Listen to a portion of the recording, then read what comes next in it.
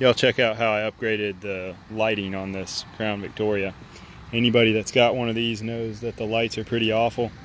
I did upgrade to a better bulb from Walmart. That was the top of the line bulb that they sold in the store, and I didn't want to get all crazy and start upgrading to HID and have amplifiers and things like that. So what I did is I went ahead and hid a light bar that I got off of Amazon, hid that right behind the honeycomb grill. I was kind of curious how that was going to go.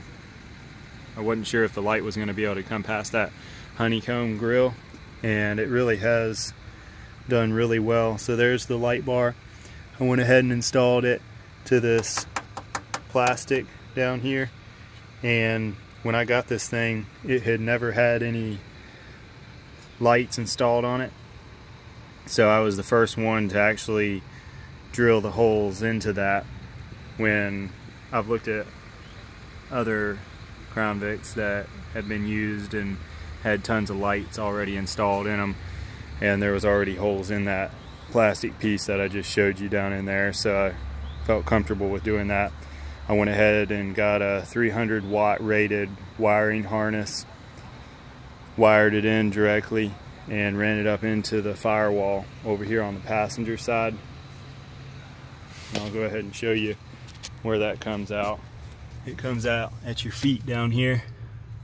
So right there is where it comes through the firewall, and I went ahead and backfilled that with a little bit of black silicone because it made there was a little bit of a hole there. I didn't want anything creeping through.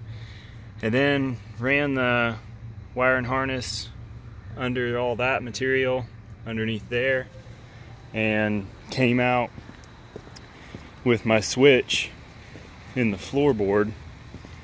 Instead of having the switch up here on the dash, I didn't want to have to be constantly toggling a switch, so I swapped the switch out with this old school dimmer switch, and it's pretty much the best way to operate this light bar. That way I can turn it on when nobody's on the road and turn it off when I meet traffic, and it's hands-free. I don't have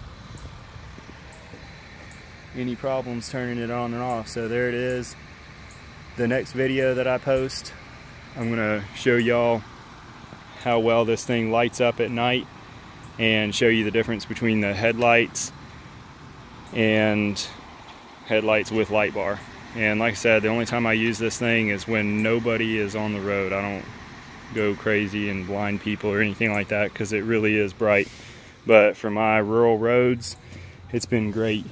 And like I said, I really enjoy that I can turn that on and off without having to reach up and flip it on and off with my thumb.